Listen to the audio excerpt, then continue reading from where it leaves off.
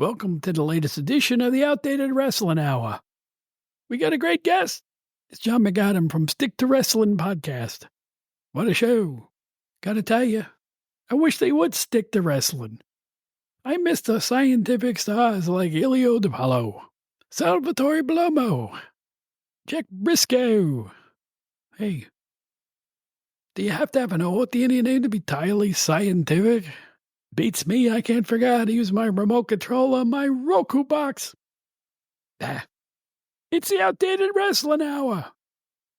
Kids?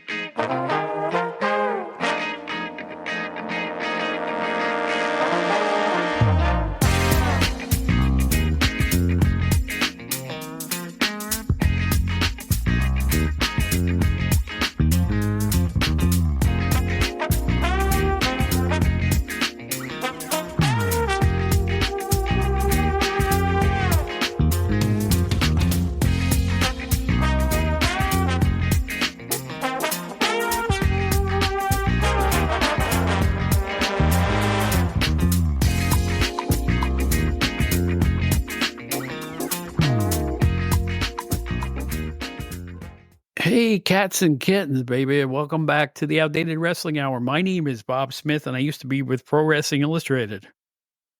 With all my friends, Stu Saxon, Bill Apter, and Craig Peters, and Andy Rodriguez, and down the list, and Roy London, Chris Bernuga, and the boxing staff, all geniuses they were. Dave Rosenbaum, keep going, keep going, keep going. Those were the days. And somebody else who knows about the old days is John McAdam, the host of the mega popular, always top-rated podcast, Stick to Wrestling with John McAdam. For the first time, I get to talk with him one-on-one. He has been on the show twice, and I've been on his show. Now we get a chance to just shoot the breeze together, and you can listen in on it. I do not even have notes. I have so many questions in my head for John that I just think let's go free form and see how it all sticks to the wall. You know, it's going to be a lot of fun. He's a really engaging guy, and I want to know everything there is to know about him. Hopefully, you'll learn a little something about that show, and you'll tune into Stick to Wrestling the same way you tune into this podcast. I'm getting a lot of questions about the theme song. I'm glad to tell you who did it, and I'm going to let you know about the way we're going to handle the theme song from now on. Basically, shorten it in the beginning of the show, play the whole thing at the end. I think it's a groovy little tune. If you don't want to listen to the whole thing, just log off when we go back to the theme. But I love the doggone thing. I love listening to it in my car. So I listen to my own podcast to hear this song, and I'm going to tell you who plays it. Wonderful, funky song, and I hope you like the choices in music that we bring you. It's not the same old bum-da-da-bum-da-da-bum that you hear on most wrestling podcasts. The idea is supposed to be fun. Let's have some fun. I'm on Facebook constantly. I use Facebook as my main conduit to, promoting the show. I put out, some photos of whoever is on the show or it's cool. Everybody treats me really well, but I will say that I go onto the talk boards about current wrestling. It gets so mean and nasty these days. Listen, I'm against a lot of stuff that's going on, but I don't criticize anybody else's taste. I'm not going to get into a knockdown, drag it over wrestling. That's what the wrestlers do. That's not my job. So anyway, enough of that. Then we'll go right to our interview with the great John McAdam. If you go somewhere, I'm going to be really wounded, I don't know how to handle it, I mean, it's John McAdam. I mean, where else would you go? I mean, what's wrong with you? What's wrong with you?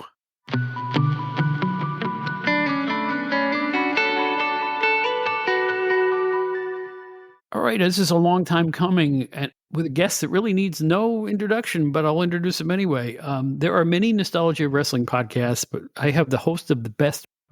This is my opinion. It's called Stick to Wrestling with John McAdam, and this is John McAdam. John, just you and me for once. How you doing? Bob, I'm doing great. Thank you for the wonderful introduction, and I want your listeners to know that today you and I are going to put out a podcast that the listeners are going to tell their grandchildren about. And of course, as they do so, the grandchildren will be ignoring them, but we'll do our best. Excellent.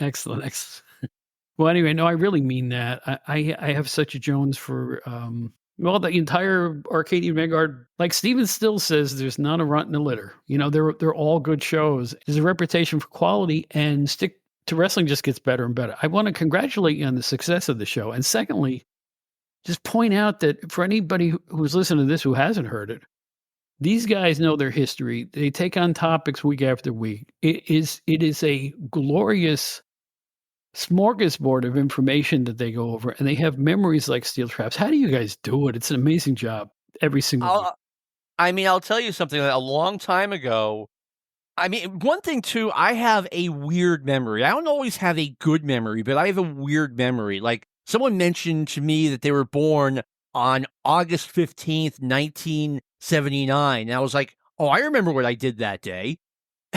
And, but I don't remember everything, but I can remember stupid little things. And a lot of the time, those stupid little things are pro wrestling related. I have a really good memory, but it's fractional. Like I remember moments and happenstances and people and, big stuff that happened, but I can't tell you the date.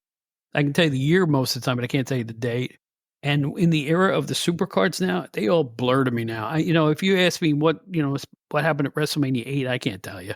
You probably can, I'm sure.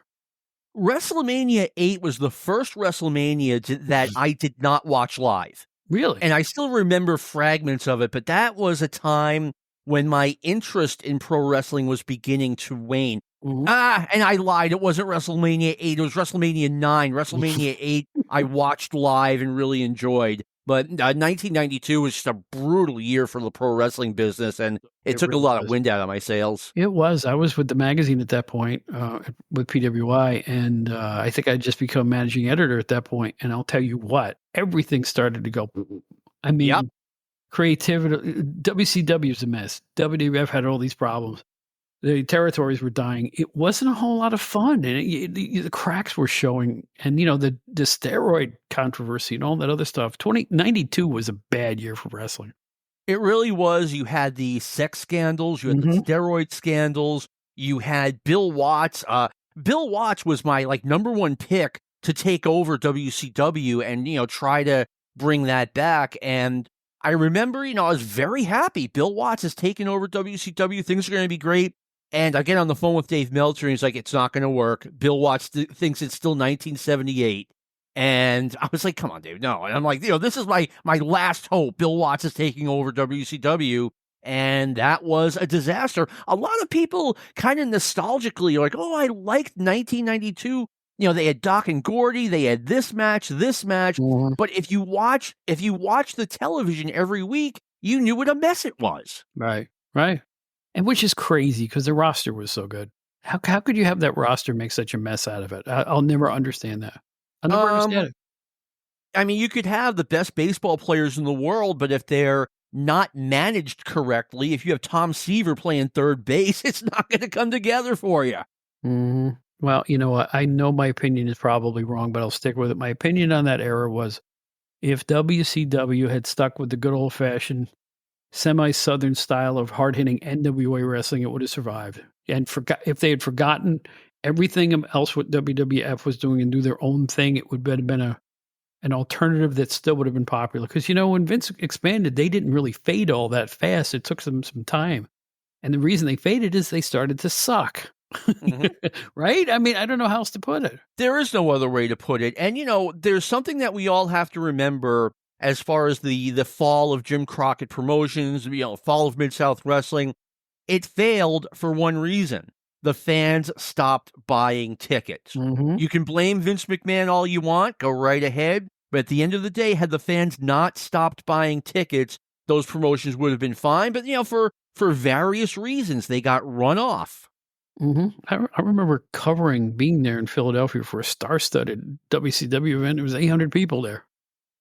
In a big, Philadelphia arena or whatever it was. So I was like, wow. I couldn't believe things had fallen that low. Yeah, the Civic Center. That's right. Yeah, I've been to multiple shows at the Civic Center. I went to one February '89. It had Ric Flair and Barry Windham against Sting and Eddie Gilbert, and they had other good matches, and it was like a bomb scare. I think it drew 1,200, Right. And that was coming off a reasonably successful 1988. Things had really just collapsed back then. You know what? I have fondness for the era because I was working fondness for that era because I was working in the business at that point. But it reminded me how years earlier I was a store manager for Record World, and then rock and roll went away, right? It was replaced by the skinny tie stuff that I didn't like, right? So Okay. here I am with the biggest wrestling magazine in the world, and all of a sudden it's Firebreaker Chip and Matilda the Bulldog and Papa Shango, and you just go down the list of that era, and I'm like, God, it changed, and I didn't like it as much, you know? It was hard for me to like it at all. Mhm. I went from watching just about every program live as it aired to recording the programs and just fast forwarding through them. I don't want to see this. I don't want to see this. I don't want to see this. Oh, I'll look at this, and then back to fast forwarding. In NWA, you'd have Brian Pillman versus Tom Zank, thrilling stuff, and then you have this other PN News. What can I tell you? What can I All right. say? Controversial opinion. When PN News, when he first started there, like I'm talking the first 2-3 weeks of TV, it looked like they had something. That Yes, he it was did. over. Yeah. Believe Mhm. it or not, he was over at first. And in pro wrestling and in many other things, what's the old expression? Strike while the iron is hot. And they failed to do that. And PN News, and then, once they didn't do anything with him, he just fell into the mid-card comedy, and the people who originally got into that character got right out of it. Do you remember that weird ass scaffold match they threw together? I was there. And what was that? PN News and who? It didn't even make sense. It was Terry Taylor, PN News, Bobby Eaton, and someone else. And Yeah. here's the thing. Yeah. A scaffold match. Think about that. The original major scaffold match was the Midnight Express and the Road Warriors at Starrcade 86. Mhm. These guys hated each other so much that they were willing to throw the other guy 20, 25 feet, whatever it was, off the scaffold. And now you have guys, the tag teams are like mongrel tag teams. Right. They have no issue, no reason to dislike each other. And they're on top of this incredibly, legitimately dangerous structure. And you win the match by getting the flag on the other side. 1991 WCW in a nutshell, ladies and gentlemen. Absolutely right. I mean, it was just thrown out there. No backstory. Here it is. Made no sense. No No, sense. it was like, let's have a scaffold match. Okay, Yeah. now Yeah. the dog caught the bus. Anyway, let's back up a little bit. You used to be like I was before I joined Peter, a huge tape trader. Is that right? I was probably the hugest tape trader out there. Yes, it became a bit of an obsession for me, because I got a VCR in 1985, and in 1986, I came up with this idea where I would get right to random wrestling fans whose addresses I would find in, the Ring magazine, anything I could get my hands on, right? I'd write to these people. I'm like, "Hi, I'm John McAdam. Here's the promotions I get on TV. You live in Alabama, for example. You get Southeast. I would like to create a trade with you."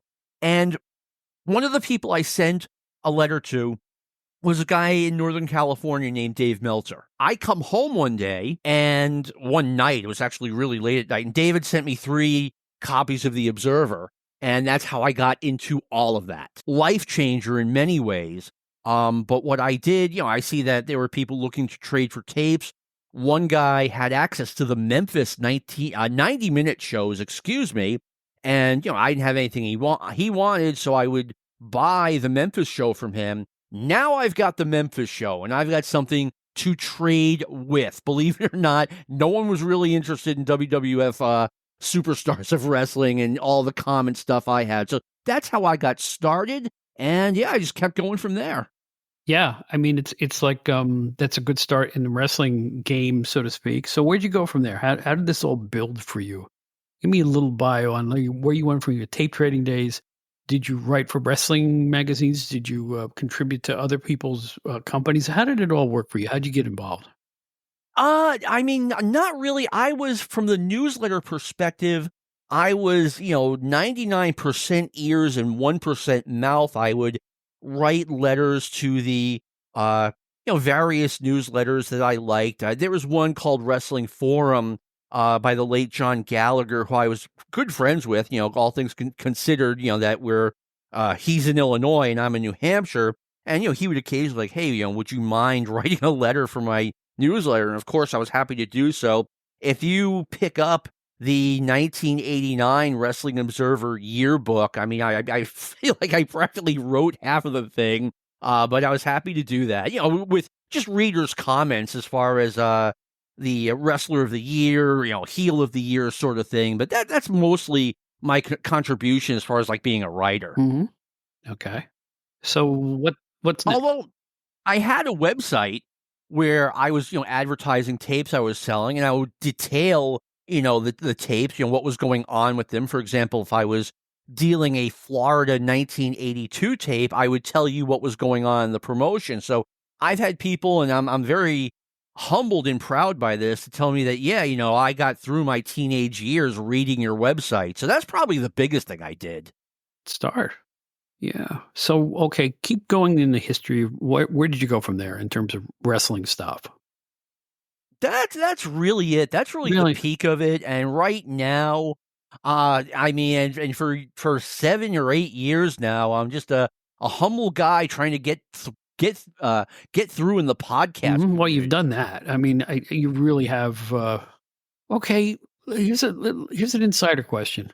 Not everybody hooks up with Arcadian Vanguard. And was Stick to Wrestling, give me the permutations of that. Were you originally with Brian Last? Did that happen eventually? Obviously, you've had other people on the show as well than you have now. Tell me a little history of the podcast. All right, I think this is funny, okay? The gentleman who I got the Memphis tapes from back in the 80s contacts me through Facebook. And he's like, how would you like to do like a weekly half an hour podcast with me? I'm like, yeah, sure. Why not? If it fits my schedule. And I said, so we do a podcast, and I did not realize that this gentleman had a very bad relationship with Brian Last. I did not know this.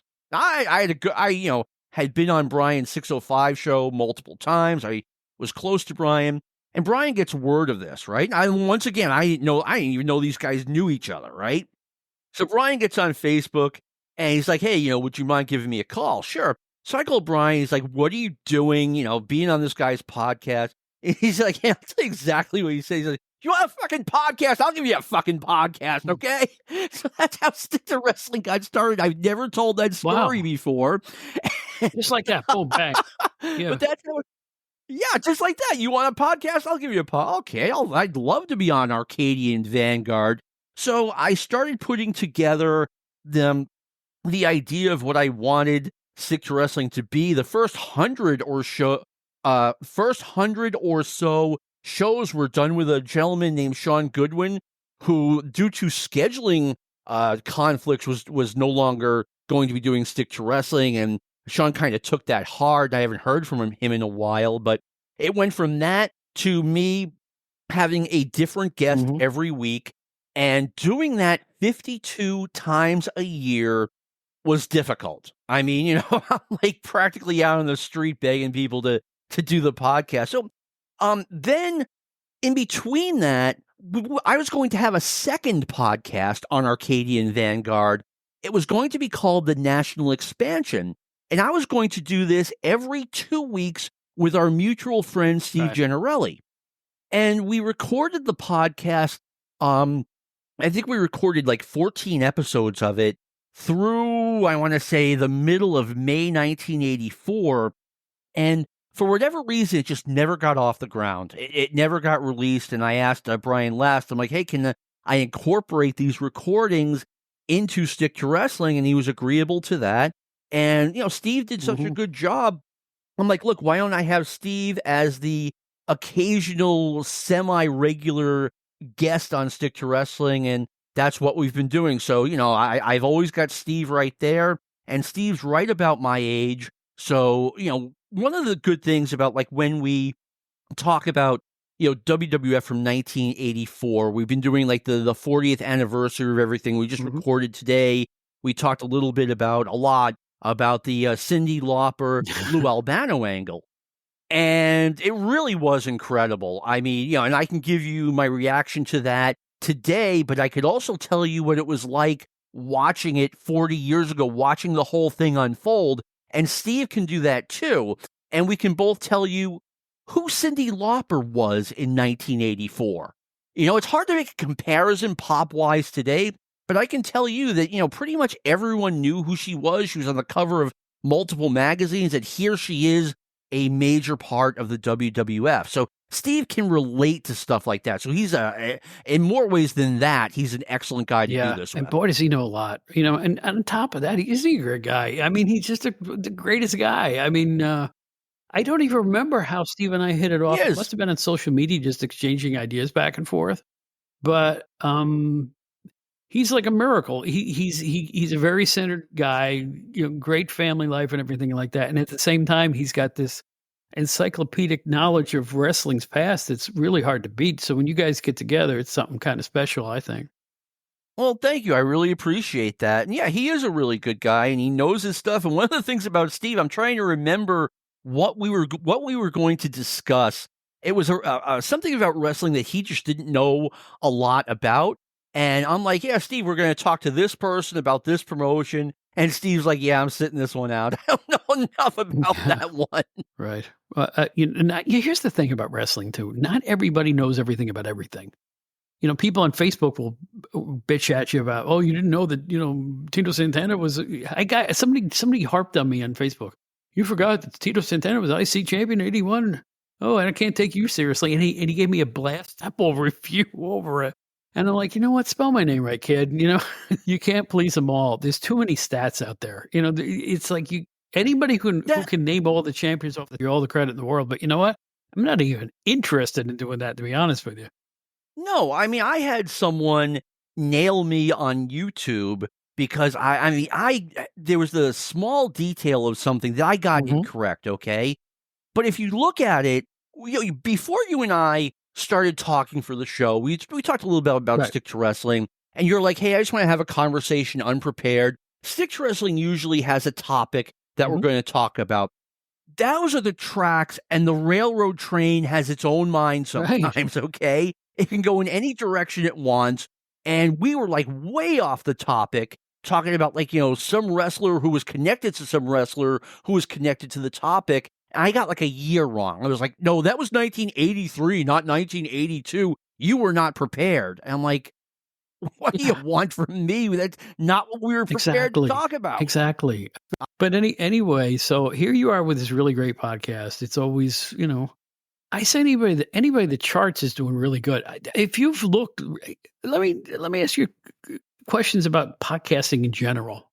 If you look at the wrestling podcast now, it seems like every week there's 17 ex-wrestlers with brand new podcasts. We're all up against the Steve Austins and Jim Rosses and, Bruce Pritchards of the world. Nostalgia ones, there's new ones, there's AEW ones, there's stuff about, Portuguese mud wrestling, you name it. They all end up going against each other. How daunting is it to jump into that big pile of programs and say, geez, how are we gonna get hurt? How's this gonna work? But in your guys' case, it has, and like gangbusters. So I think you can only attribute that to the quality of the conversations. Seriously. I mean, if you look at the Mark Marons of the world, the Joe Rogans of the world, people are attracted to those shows because they're good conversations first and foremost. I think that's really important. Do you agree with that? I do agree with that. And a couple of things. Number one, when Stick to Wrestling first started, the not ratings, I don't know, the number of downloads was abysmal. It was abysmal.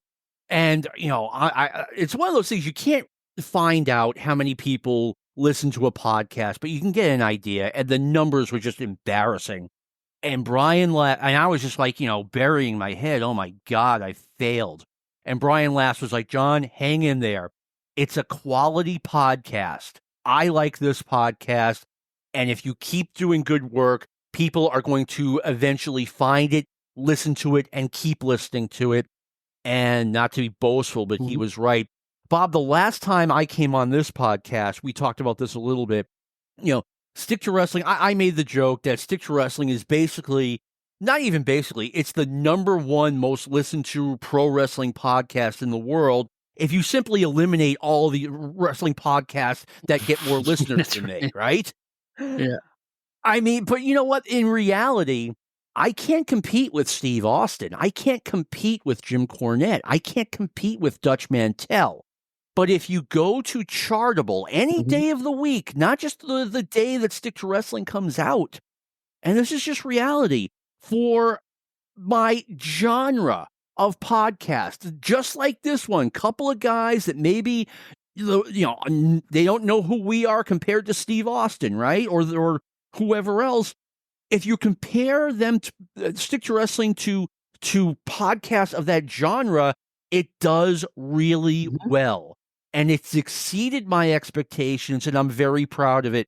We are, I think, like 315 episodes into it. If I'm off by a couple of numbers, forgive me. But I've had, out of all of those, in my opinion, we had one podcast where I was like, okay, that podcast sucked, and there's nothing I can do about it.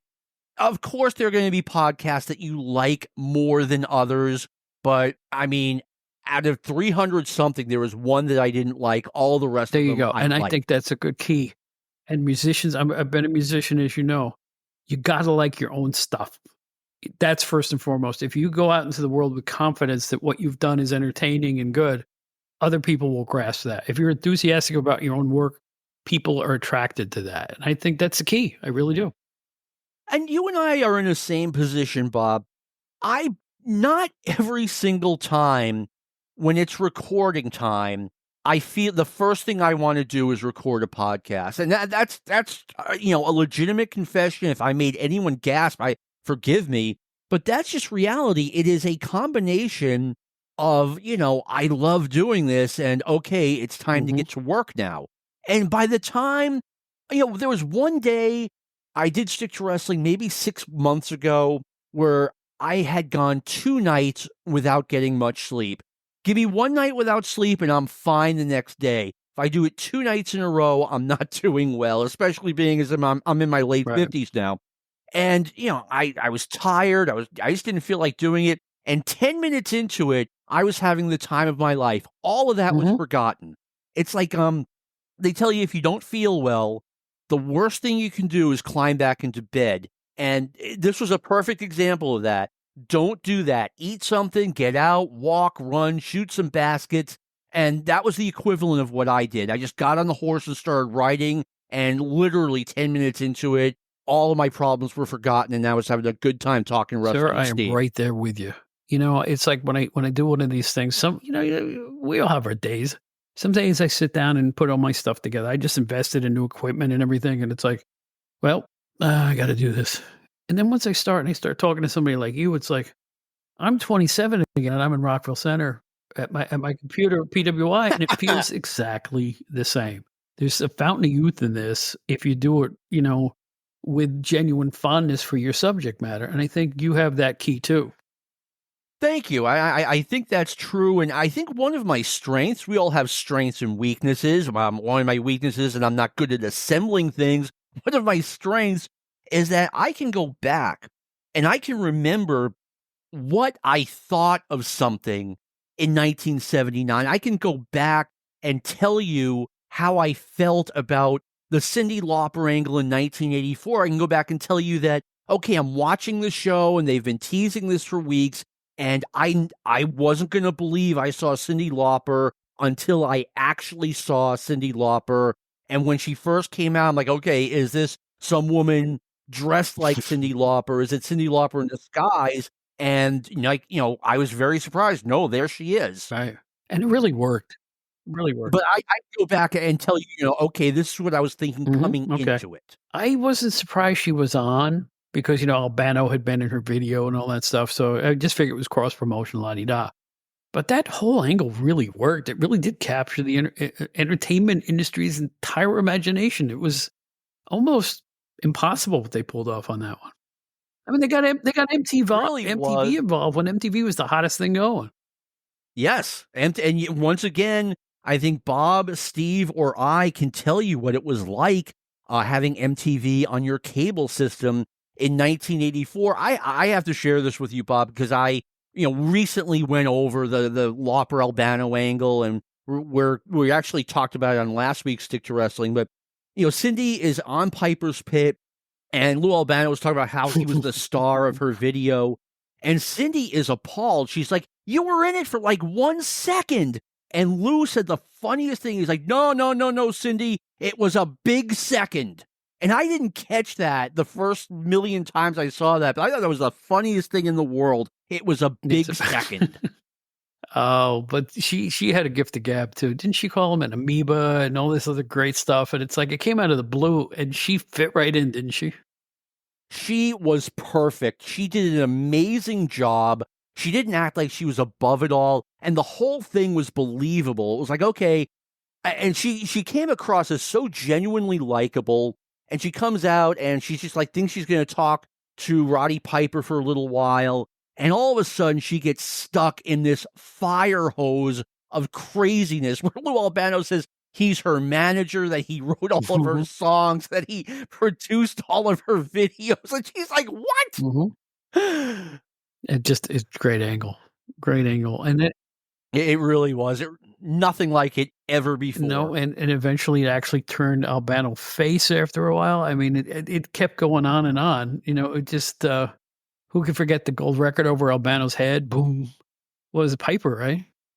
It was Piper. I think it was December 28th, 1984, where they were giving Albano some award for the work he had done, I believe, with muscular dystrophy. And Piper came out and broke the gold record, or no, the award over his head.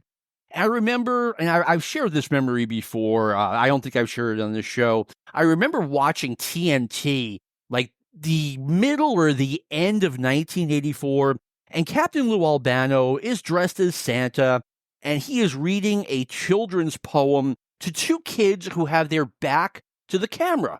And Albano has his front to the camera, and he's reading the poem. And when he's done, the kids turn around and they have on fake Captain Lou Albano beards. And I'm like, no, they cannot be turning Captain Lou Albano. No. And I was blown away by just the possibility that I had never considered. And a few weeks later, it happened. I mean, Bob, you grew up here. You knew who Captain Lou Albano was over the years, the decades, and I mean, him being a bad guy. I described him in print once as a quote walking fart, end quote, because he was the most vile, disgusting, out of shape, flippantly. He was just a big slob that happened to be a wrestling manager. And it was like, he had Morocco and all these other stars, Ivan Koloff, go down the list. He probably had about 50 proteges during his time in WWF, but I'll tell you what, at his heel best, he was the most rancid character ever. I mean, he was really lousy, and that's what made him great, right? Bob, one reason I am a wrestling fan to this day is because when Chief Jay Strongbow returned to the WWF in 1976, I got hooked. And his main protagonist was the guy I hated the most in wrestling as a kid, Captain Lou Albano. Then, Bob, as time went on, I became more and more of a fan of the heels. The heels were the cool guys, the Ken Pateras, the Don Moroccos, etc. I liked the Grand Wizard. I liked Fred Blassie. I never liked Captain Lou Albano. He was never able to get me to like him, because that's what a great heel he was. And the thing with Albano, he was believable. You could believe that this guy, for a living, managed professional wrestlers. The cigar, the whole 9 yards. Yeah. Because he went through permutations. He wasn't originally Captain Lou Albano. I mean, he used to come out with big I did not know that. With big Hawaiian shirts and always a cigar. And in the early days, I think he started in 71 and just got more rancid. He got more wild and rancid, and the hair got longer and the belly got bigger, and he would flip it out all the time. and he would say anything. And on local promos, I can't even repeat some of the things he said. He was so wild, and he would turn wild Oh. at times, just complete wild man. I mean, we were talking about, we went over a segment on TNT that he was on where Vince McMahon was just trying to control this absolutely out of control Captain Lou Albano. And it really was just a treasure. It was great. I didn't appreciate it as much back then as I do now. I mean, I watch this stuff and I crack up. What's the first year you saw WWF? 1976. Because I'll tell you what, and I keep preaching to the choir about this one.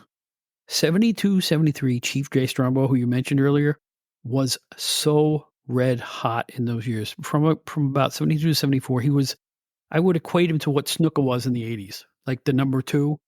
I think that's fair. He was so popular and such an incredible character. People don't remember this because there's no tape of it.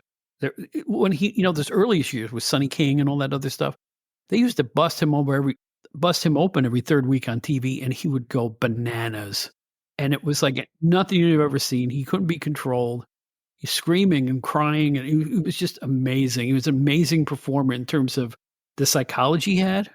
And he was in better shape than those earlier years, obviously. I'll tell you what, he was so huge. And I keep harping on that because everybody goes, he's just, he's out of shape, blubbery old guy. No, in his prime, he was a giant star on the East Coast.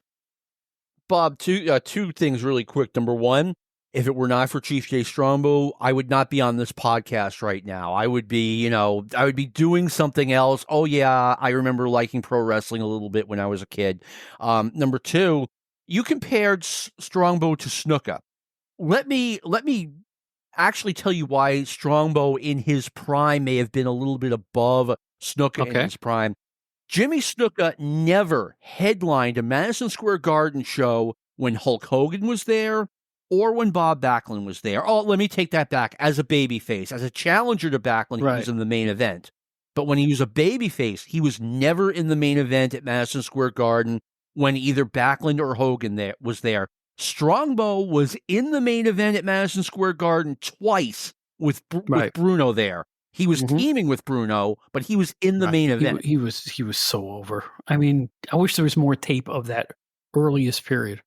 For the minute he walked in there, he was gold. He was money. He really was. People can't fathom that, but it was really, really true. When Strongbow came back to the WWF in 1982, he was a shell of what he once was, right?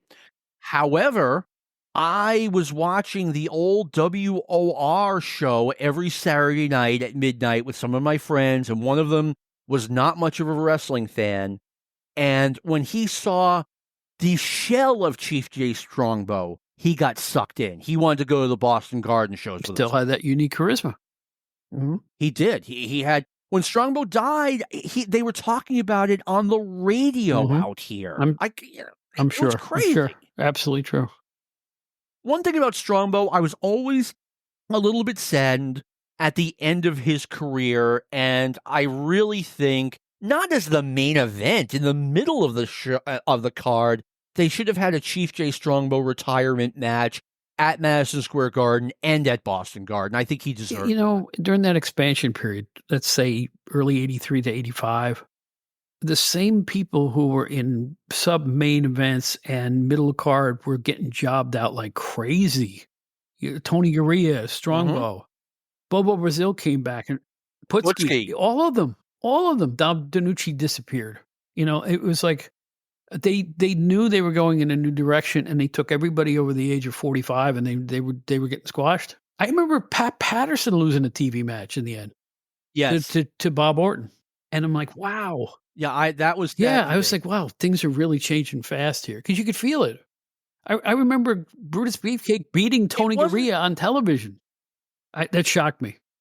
Yeah. So it wasn't the fact that Bob Orton beat Pat Patterson. It was the fact that that was on TV match. And Pat Patterson is now is now in that same group. There are guys who never lost on TV, and Pat Patterson was no longer in that group, and it was kind of a sad day.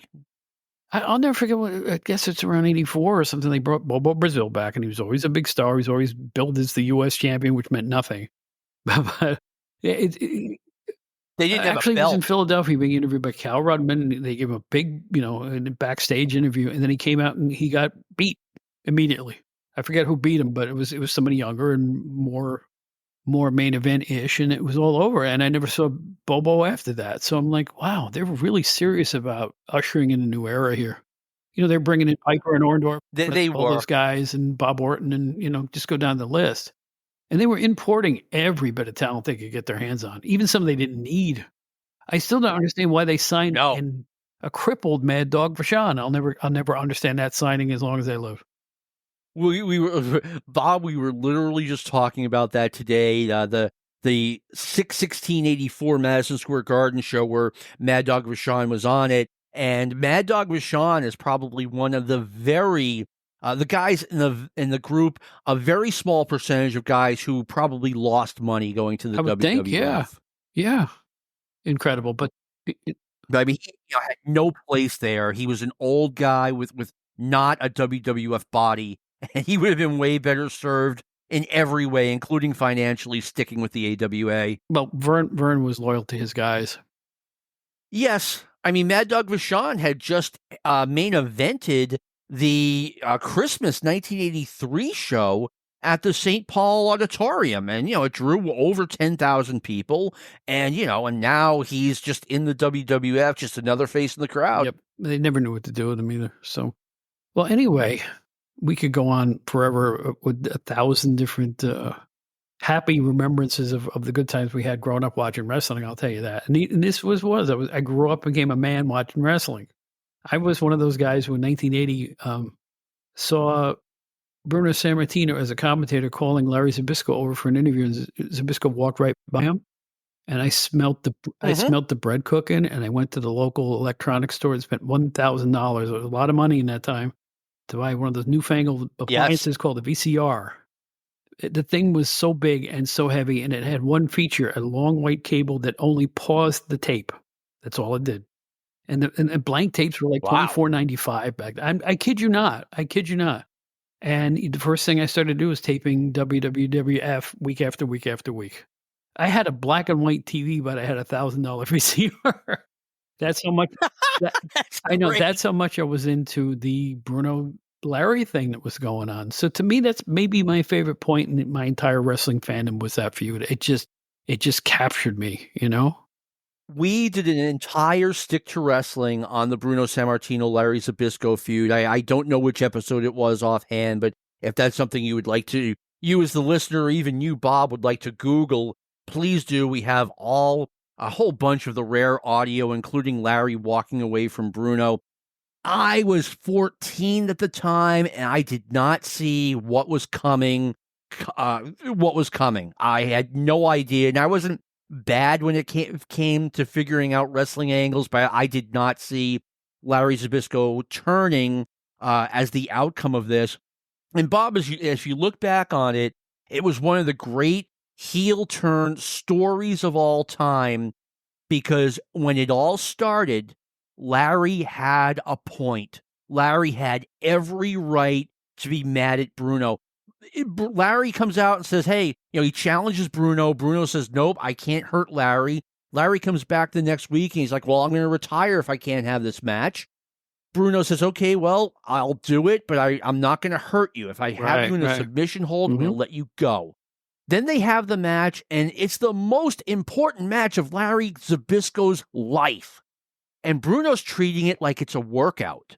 And he keeps letting Larry out of holds and just treating it like it was a joke. And finally, Larry had enough and he hit him with a chair. And it was great because, okay, hitting Bruno with a chair is a little bit of an overreaction, but Bruno should have expected a reaction.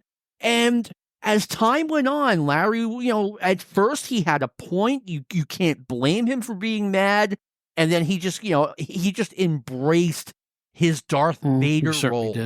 He certainly did. I mean, he turned on a dime, and those interviews that he did with McMahon the couple of weeks after the turn were some of the best new heel interviews you will ever watch. All of a sudden, he was snarky and snotty and really confident and lambasting Bruno and saying I'll be a bigger name than he ever was and saying things that were like sacrilegious to WWF fans when it came to Bruno. What great television. I am telling you. The name of the episode of Stick to Wrestling was Don't Lip Off to Me. And that was when his first interview, when Vince McMahon is like, hey, what's going on? And, and Vince is presenting his side of the story, and Larry just cuts him off and says, don't lip off to me. That's right. I had never heard that expression either at that point. Don't lip off to me. Like, not just shut up, just don't lip off to me. That was so...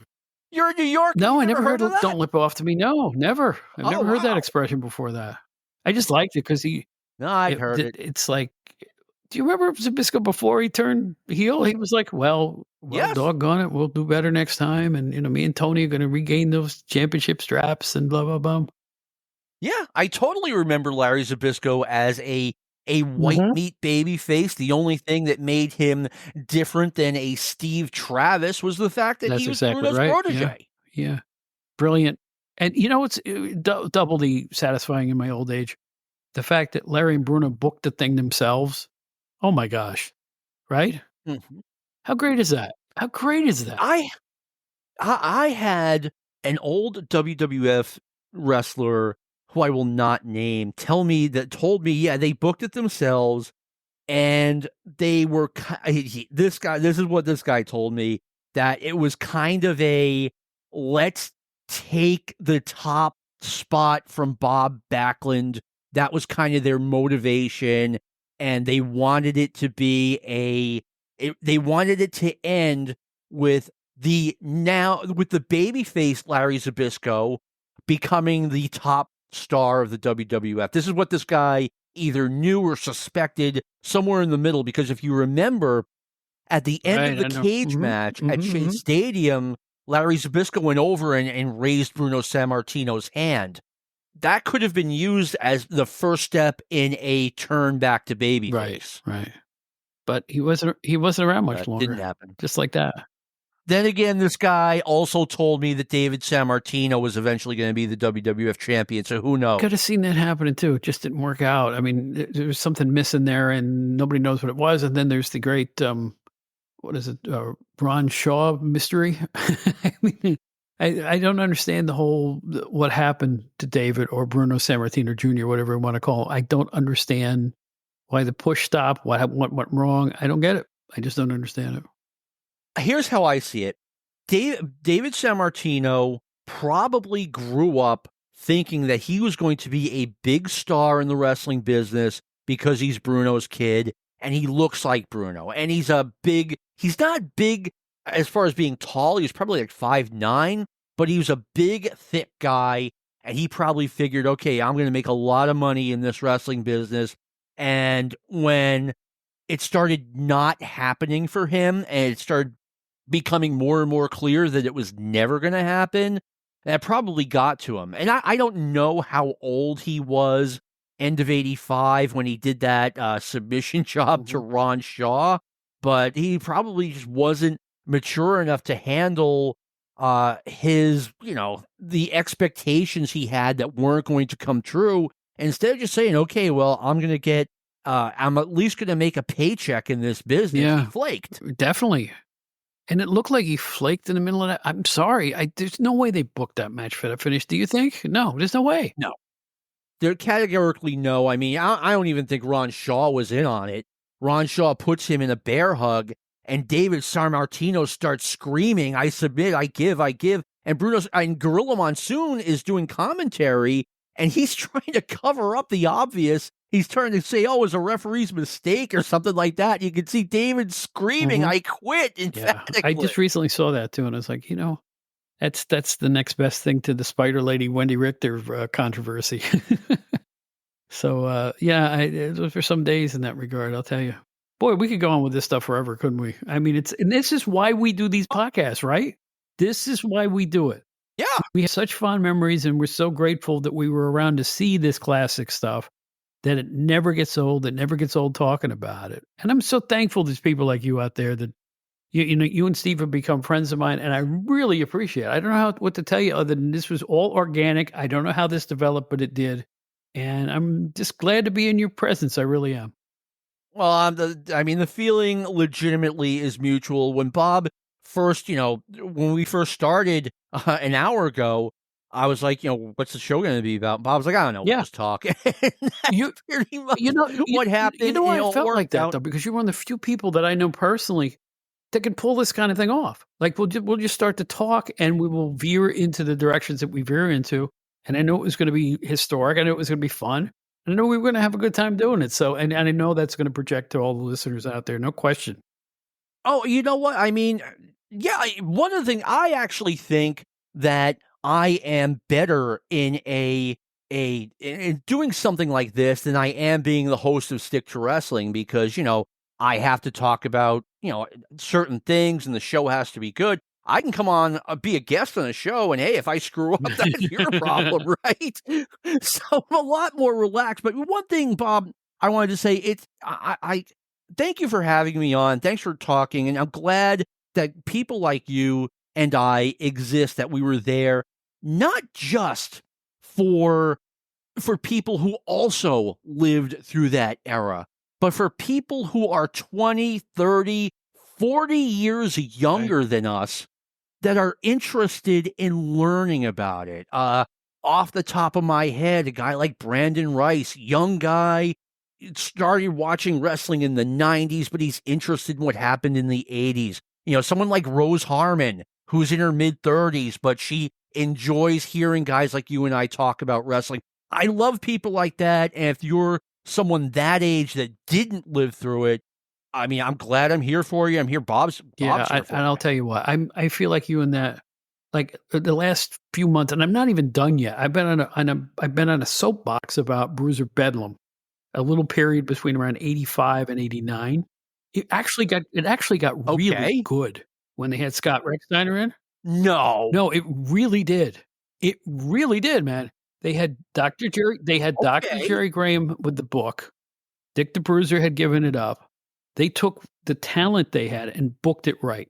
They did the second best heel turn of the '80s in my estimation, and I know you're gonna laugh at me. They had this white bread guy named Chris Carter who became a punk, snarky mini Larry Zbyszko, and it worked like gangbusters. I am telling you, you will see matches on Bruiser, from that period where it looks like there's gonna be a riot at the end of the card. That's how mad they got the fans. That's how much heat they were drawing. I am telling you. Ask anybody who was around then. Ask Dave Dynasty if you know Dave. I am telling you the stuff was Yeah. legit good. It wasn't always good. When Bruiser Bedlam started, they had growing pains and they didn't have any talent. Well, after a while, they homogenized what they had.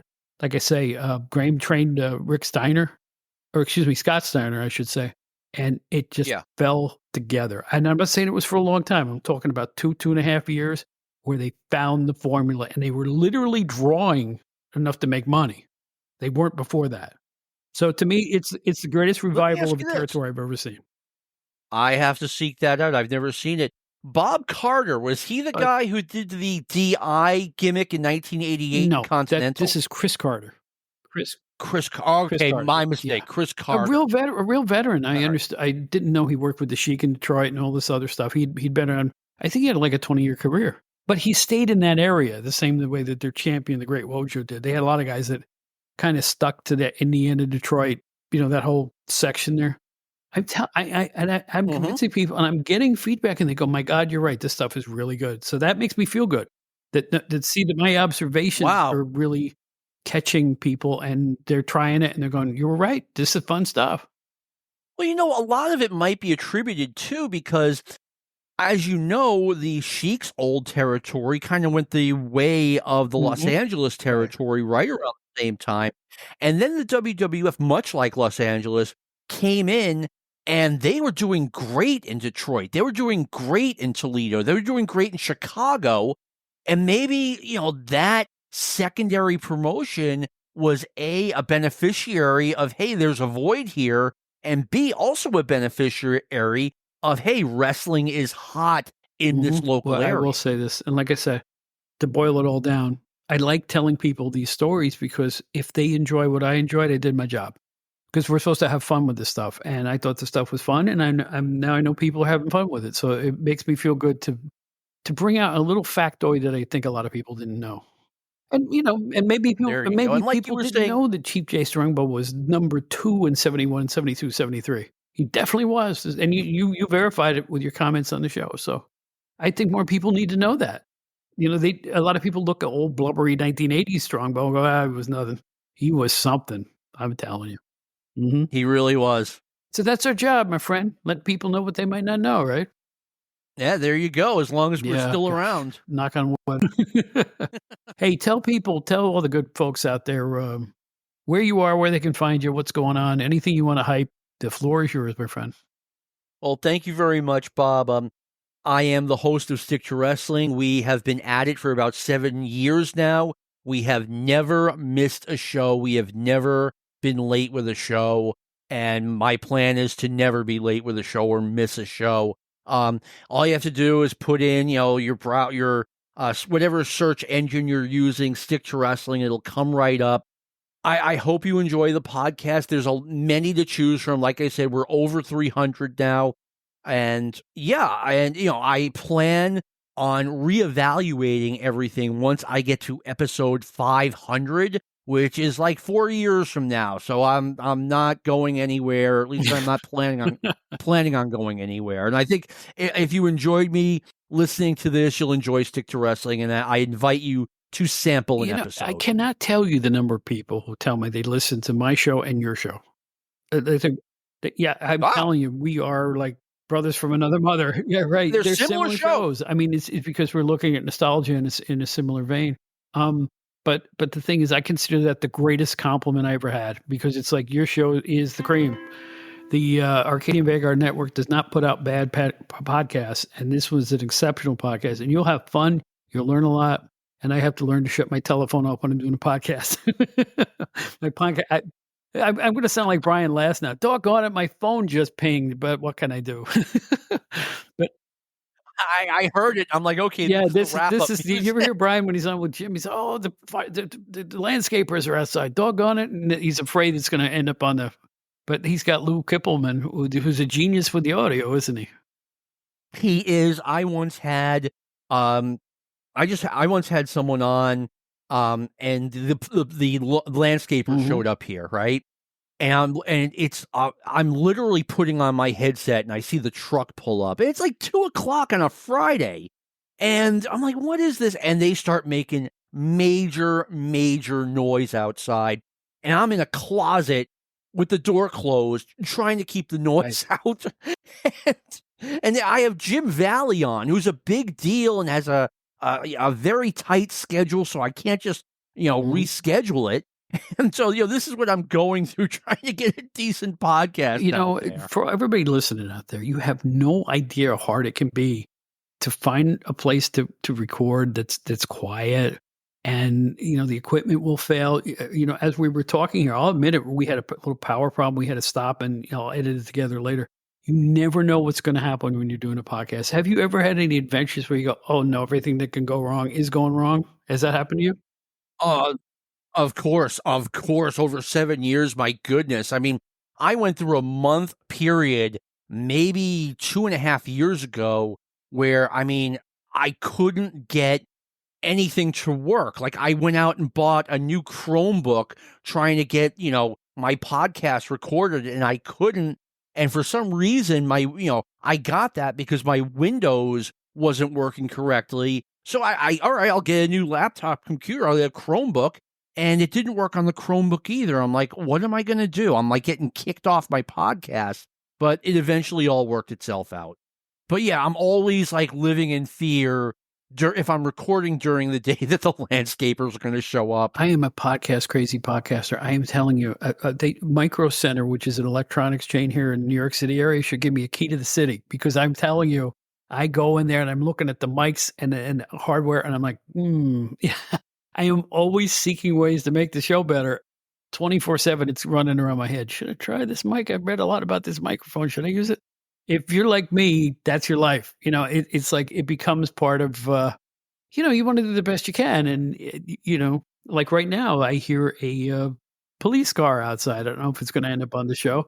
What are you going to do, folks? Maybe I'll leave it in the background and you can all see the trouble we have trying to get these things done. Now, you see, Bob, I would make myself crazy. I actually went out and bought a sounding board I for did too. recording, right? And I was going to start recording Stick to Wrestling here and then going through the show. If I said something like, ABC, and I'm like, okay, if I can do this better if I said ABCD. And I'm like, don't do it, man. You're going to drive Yeah, yourself it gets nutty. crazy. And it's going to take the organic nature out of the podcast Yeah, I anyway. mean, I do have I'm a stickler for good sound, good audio, but you know what? I listen to other good podcasts and it's on a par. So I think I've reached the point I need to get to and relax and hope nothing breaks down or the police cars and buses don't go by like they have during the course of this show. So what can I tell you? It's almost like being a performer on stage. You were talking about Mhm. music earlier. And occasionally, if you're on stage performing whatever music, voice, piano, you're going to make a mistake. And guess who the only person who's going to notice the mistake right. is? You. That's right. Oh gosh, as a band leader, I know that's true. And the key is if you hear that mistake and it irks you, try not to let anybody know it. Don't try not to just let it drop it because you know what? That mistake is over. You got to move on to the next note. So just stay cool. You got to be a Stay tank cool. up there. Stay cool. You're there to entertain. You're not there to be a drill sergeant. In 1984, I went to go see Elvis Costello, and I went with 3 other people. And he flubbed a line on stage, and he just went, blah, blah, blah, blah, blah, and he kept going with the song. He got lost, but he kept going. Out of the 3 other people I was with, none of them even noticed the mistake. I was the only one who picked up on it. Just a little off topic. Chuck Berry in his waning years used to be famous for starting a song, playing a guitar solo, and going into a different song and not realizing it wasn't the right song. He used to do it all the time in his old age. But hey, and you know what? Nobody complained. I'll bet the audience had fun. I'm telling you, I went to Westbury Music Fair, which is a music venue around in Long Island, and I saw an old Chuck Berry and an old Bo Diddley. And Bo Diddley came out with this band, which was so inept that the bass player was yelling chord changes out to the rest of the band. And Chuck was doing the same thing I just got telling you about. You think the audience cared? Nope. They were raging with applause and everything that happened. They loved everything they did, every fluff. They didn't care. They were there with their old teenage favorites, listening to the old songs they grew up listening to. Sometimes that's enough. It is. It really is. And here's the thing. You're getting an older Chuck Berry. You're getting an older Bo Diddley. And you're not there to complain. No, absolutely not. I just saw an 80-year-old Randy Bachman with his version of BTO that's running around now. And they sold the joint out, got standing ovation at the end. Yeah, absolutely. No kidding. Westbury Music Fair. They're touring all over the place. They're even opening for Heart on some big shed shows this summer. But it's not the original. It's not the original BTO because both his brothers have died and Fred Turner's retired. So it's him and his son Tal Bachman, who had a hit record on his own, is in the band, and some musicians you never heard of. But you know what? They go through the old Guess Who catalog. He was a member of the Guess Who too. They do all the BTO hits, and they do a rockin' medley of old rock and roll classics near the end of the show. The place went ape. They loved it. Well, I mean, you know what? And as long as you performed well and the audience is happy, what is wrong with nothing, this picture? Nothing. If you made people happy, that's supposed to be the idea. And I'm hoping that your podcast and my podcast make people happy. That's the idea, in a nutshell, for me anyway. I'm just here to entertain and he does it well. It's John McAdam, the host of Stick to Wrestling with John McAdam, out every week on the Arcadian Vanguard Network. I'm so glad we made friends, man. Congratulations on everything that's happened. And I'm listening, and I know everybody else that listens to me listens to you. So it's like we are brothers in arms in this stuff. And I am so fortunate to get to know all of you guys. And thanks again. And it's I know this is going to be a fun show for people to listen to. Oh, I think so too. And you got to work in the dream factory of the Apter magazines. I will always be jealous of that. I'll tell you, it was hard work, man. People, I believe people think it was just all, watching wrestling tapes all day. We were jamming out the product in those days. We had all those titles. It was like 5 or 6 of us in the wrestling department doing all that work. And plus the weekly newsletter, and they kept bringing new titles in. Their idea for waning sales was to create more product. And then they made me managing editor. My workload was like double. And you know what? I still don't regret it. I don't regret a minute of it. The only reason I left the company is because I moved. We talked about this in your show. But they moved away and I couldn't Yeah. move with them. And it still broke my heart. It breaks my heart to this day. But thankfully I'm still good friends with Craig Well, Peters and Bill Apter and a lot of the people there. So it makes up for that. I mean, those two were my. This is going to sound crazy. They were like my idols growing up, and I was at an Italian restaurant somewhere in Jersey. I can't remember the name of the place. Parsippany, maybe? Nah, that wasn't it. And I'm sitting there with my friend getting ready to eat before, and Bill Apter and Craig Peters walk in. And I'm just like, taken aback. I'm like, oh my God, Bill Apter and Craig Peters. And they heard me and they came over and ate with us. It was the greatest time of my life. And it was like sitting down with your idols, except there's an old expression, you never want to meet your idols. No, these were the two greatest, nicest guys in the world. It happened over 40 years ago. I still remember it. I'm always going to be You wanna hear a grateful funny for Bill Apter story? Bill got noticed. Of Bill got course. noticed all over the place. Yeah, everywhere he went, people knew who he was. So him and I are in the Rockville Center diner having lunch one day. And here comes a lady. And she walks up to the table. And she goes, "Excuse me, can I talk to you?" And Bill goes, "Sure." And Bill goes, "Sure," right? And he goes, "No, I'm sorry. This fellow over here." And she points at me. I go, "Yeah, what can I do for you?" She said, "I saw your band last Friday night, the club down the road. You guys were great." I went, "Thanks a lot. I appreciate that." So that was the one time that Bill and I were together that somebody wanted to talk to me and not him. That's funny, and that's such a New York thing. "Hey, Yeah, can I that's talk right. to you?" Like, "No one said Yeah, that up here." you know my biggest thrill, I was a musician, right? The biggest thrill I think I ever got Yes. from a fan, all my time on the road, I was on the road for 15 years. The biggest thrill I got, I was in Buddy Guy's Blues Club in Chicago, and I walked in just to listen to music like everybody else, didn't think anybody knew who I was, and somebody yelled out, "Bobby Charles," because that was my stage name back then. They knew who I was when I walked in. Ah, I couldn't believe it. Because they were playing my records in Chicago on the blues stations that were there. So, I did good, right. man. I did not make demos. I made, I worked with some of the greats of the blues. Like, I performed with BB King and his drummer and a bunch of other people. And it's been, it was one of the great joys of my life. It really was. And Something like that happened to me, like, 22 years ago. I was at a Ring of Honor show. It was a great show, one of the best shows I'd ever been to. It was in Wakefield, Mass. It was 2002. And a guy named Rob Feinstein, mhm, this is before Rob went through his scandal, but Rob was a big tape right. guy. And once again, before the scandal, and I just, and I had known Rob. I had met him before in Philadelphia, but now we're both in Massachusetts. I walk up, and it was kind of funny because, it's me and tape guy and Rob Feinstein, tape guy. And I walk, I'm like, "Rob Feinstein, John McAdam, how you doing?" And people around me recognize the name, and Gabe Sapolsky comes running out from the back wanting to meet me. I was like, "That's That is pretty cool. cool." Yeah. Gabe did? Wow. Yeah. Yeah. Geez. That's, you must And have I'm been like, knocked down with a I'm feather like, right "Gabe, so then. you're booking this?" Yeah. I was. And I'm like, "Gabe, you're booking Ring of Honor, right?" I'm like, "Yeah." I'm like, "Let me give you some booking advice. Don't listen to anyone." I'm not saying don't listen to suggestions, but don't really listen to anyone. Follow what you want to do. He's like, "Thanks, man." I'm like, but you're listening. You're following advice. Don't do that." So, Yeah, it's one or the other. But anyway, folks, this is John McAdam. John, man, what fun. Thank you so doggone much. I really mean it. I can't no, this thank you for having me. I was looking forward to this, and thank you everyone for and listening. come back soon. Come back sometime or be, let me spew on your show or Invite me something. to. I mean, it would be fun. And tell Steve and Brian all the best from me. Those guys are just the cream. They really are.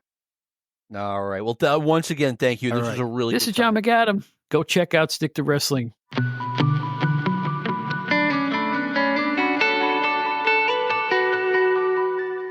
Well, that's our little foray. Hope you enjoyed it.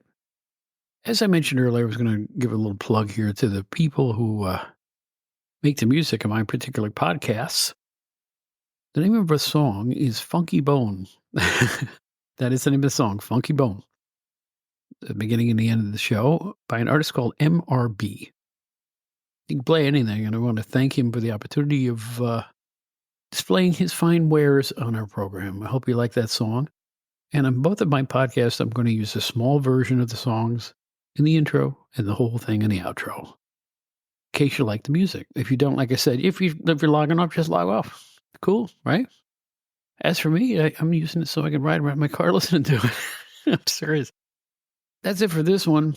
I hope you're really enjoying the show, and we have some more special guests coming up. In fact, I'm battering myself again with interviews. The first of 2 in 2 days. That's just the way it goes. You get the guests when you can, you know. Our website, outdatedwrestlinghour.buzzsprout.com, where you can find out all about the show, and they're all there. Every program. Just hit a little key there, and you can play them all on your iPhone, play it on your iTunes, play it on your Close and Play. Just hit the button. They're all there. We are available at most podcast apps. Our show comes out most Friday nights. We took a week off before this one, but I needed it or I was going to die. No, I had a little minor surgery. It all came out pretty good, as I can tell. Starting to feel myself again, which is a wonderful thing. And I want to thank everybody for the nice notes they sent me here and there on social medias. If you want to write to us, outdatedwrestling@gmail.com. Feel free. Also on our website, which is outdatedwrestlinghour.buzzsprout.com. You can find out about our Hall of Fame. Find out about our fan club. I don't know why I said that. Find out here the Outdated Hall of Fame. I will be the king of that, I'll tell you that. No, but anyway, on the Outdated Wrestling Hour website, you can find out about our fan club for a nominal fee. You can help perpetuate the show, and I've scheduled a Zoom-style meeting for all the patrons, as it were, all of our helpers, all of our friends. And I hope to speak to you. We'll have a little fun. I'll have a couple of prizes to give away. How can you resist that? I mean, come on. Wrestling-related prizes. I mean, really? Well, anyway, it's outdatedwrestlinghour.buzzsprout.com. I'm also on Facebook. I'm the guy singing with B.B. King. The name is Bob Smith. You can't miss it. I use it as my page to tout these programs. Along with my other program, of course, the Outdated Entertainment Hour, which the current episode is touting the Three Stooges. It's their 100th anniversary. I figured out ways you can watch them all for free. How do you like that? So tune in and get the info if you'd be so kind.